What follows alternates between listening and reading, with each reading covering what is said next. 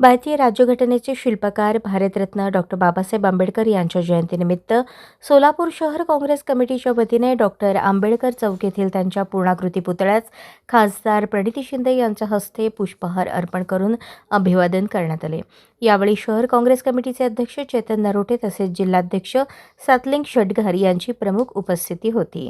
यावेळी खासदार प्रणिती शिंदे यांनी भारतरत्न डॉक्टर बाबासाहेब आंबेडकर यांच्या जयंतीनिमित्त सर्व नागरिकांना शुभेच्छा देत त्यांचे विचार आयुष्यभर आचरणात आणण्याचे आवाहन केले।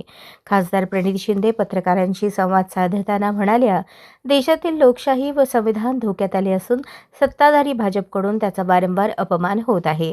स्वातंत्र्य लढ्यात सहभागी होण्याची संधी मिळाली नाही, मात्र देशासाठी लढण्याची वेळ आली आहे।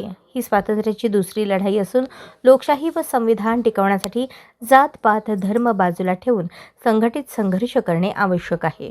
महिला आरक्षणाच्या मुद्द्यावर बोलताना त्या म्हणाल्या, संसद व विधिमंडळात 33% महिला आरक्षणाची तरतूद असलेले महिला आरक्षण विधेयक 2023 मध्ये काँग्रेसच्या पाठिंब्यामुळे मंजूर झाले। यापूर्वी काँग्रेस सरकारने 73व्या 74व्या घटना दुरुस्तीच्या माध्यमातून स्थानिक स्वराज्य संस्थांमध्ये 50% महिला आरक्षण लागू केले होते, याची त्यांनी आठवण। महिला आरक्षण विधेयक काँग्रेसच्या पाठिंब्याने मंजूर झाले असताना सत्ताधाऱ्यांना 30 महिन्यानंतर जाग आली असून 5 राज्यांच्या निवडणुकांच्या पार्श्वभूमीवर ही घोषणा करण्यात येत आहे। महिला आरक्षणाची अंमलबजावणी मतदारसंघ पुनर्रचना याच्याशी जोडण्यावर त्यांनी आक्षेप घेतला। मतदारसंघ पुनर्रचना करण्यापूर्वी जनगणना होणे आवश्यक आहे, मात्र केंद्र सरकार असंवैधानिक पद्धतीने निर्णय घेत आहे, हे त्याचे ज्वलंत उदाहरण आहे, असे त्या म्हणाल्या।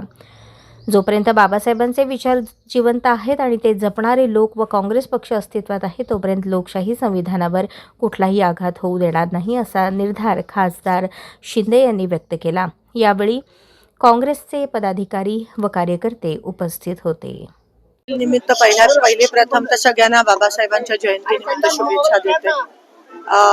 हा दिवस खूप महत्त्वाचा आहे आपल्या सगळ्यांसाठी आणि बाबासाहेबांचे विचार ते आपल्या आयुष्यात हे जन्मालापासून ते शेवटपर्यंत असायला पाहिजे। ते केवळ जयंतीपुरती नाही, हा संदेश बाबासाहेबांनी दिलेला। आज खरं तर बाबासाहेबांची जास्तच आठवण येते आणि त्यांचे विचार आज जास्त लागू आहेत, कारण का आज कुठेतरी या देशाला च्या लोकशाहीला खूप मोठा खतरा निर्माण झालाय, संविधानाला खूप मोठा खतरा निर्माण झालाय। संविधान बदलण्याच्या गोष्टी हे सत्ताधारी भाजपकडून होत आहेत। बाबासाहेबांना न मानणाऱ्या गोष्टी या ठिकाणी सत्ताधाऱ्यांकडून होत आहेत।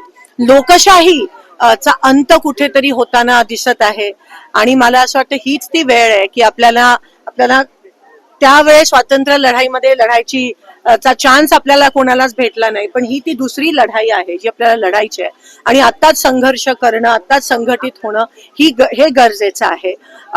जात पात धर्म सगळं बाजूला ठेवून ह्या लोकशाही टिकवण्यासाठी, संविधान टिकवण्यासाठी मला असं वाटतं आता काळाची गरज आहे आणि तीच खरी श्रद्धांजली आहे, तेच खरं जयंती साजरं करणं मला असं वाटतं होईल।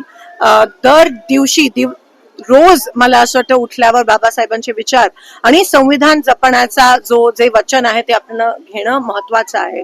उद्याच 3 दिवसाचं संसदीय सत्र आहे महिला आरक्षणावर, पण महिला आरक्षण हे 23 मध्येच काँग्रेस पक्षाने सपोर्ट देऊन पारित केलेलं, त्याच्या आधी 73 आणि 74व्या अमेंडमेंट नुसार आपण पंचायत आणि महानगरपालिका आणि नगरपालिकामध्ये महिला आरक्षण 50% आणलं आणि 2023 मध्ये जेव्हा या लोकांनी अमेंडमेंट आणली की 50% महिला आरक्षण हे पार्लमेंटमध्ये आणि विधानसभेत झालं पाहिजे, तर आज 30 महिने झाले, 30 महिन्यानंतर त्यांना जाग आली आणि आता नेमका इलेक्शन असताना त्यांनी ही घोषणा केली। तरी महिला आरक्षणाचं अमेंडमेंट ऑलरेडी पारित झाली आहे, हे त्यांना डिलिमिटेशन त्या ठिकाणी आणायचं आहे, सेन्सेस त्या ठिकाणी आणायचं आहे आणि हे किती असंविधानिक आहे, कारण का डिलिमिटेशन होण्याच्या आधी सेन्सेस होणं गरजेचं आहे।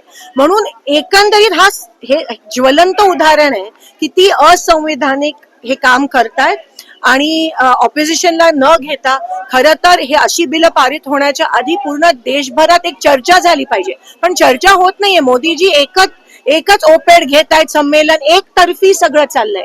एकतर्फी जेव्हा होते तेव्हा लोकतंत्र नसतं, जेव्हा संवाद होतो त्यालाच लोकतंत्र म्हणत असतात. संवादात जी ताकद आहे, जी आपल्याला बाबासाहेबांनी संविधानाच्या माध्यमातून दिली, की लोकांमध्ये चर्चा, लोकांमध्ये संवाद झाला पाहिजे, ते पूर्ण नष्ट करून, ती प्रथा परंपरा नष्ट करून अलीकडे आपल्याला दिसते की मोदीजी फक्त एकतर्फी चाललंय आणि हेच लोकशाही समाप्तीचं कुठेतरी संकेत आहेत का काय. पण जोपर्यंत बाबासाहेबांचे विचार आहेत, जोपर्यंत आम्ही सगळे आहोत, जोपर्यंत काँग्रेस पक्ष आहे, बाबासाहेबांवर विचार करणारे लोक आहेत, तोपर्यंत आपण हे होऊ देणार नाही. अगदी चौथा स्तंभ जो आहे त्यांच्या समोर पण मोदीजी मागच्या 15 वर्षात आले नाही आहेत आणि तेच मनमोहन सिंगजी अनेकदा आले होते. ह्याच्यावरूनच कळतं की कसं लोकशाहीचा अपमान आणि संविधानचा अपमान हा मोदीजी आणि भाजपकडून वारंवार होत आहे. राज ठाकरेंनी एक ट्विट केलंय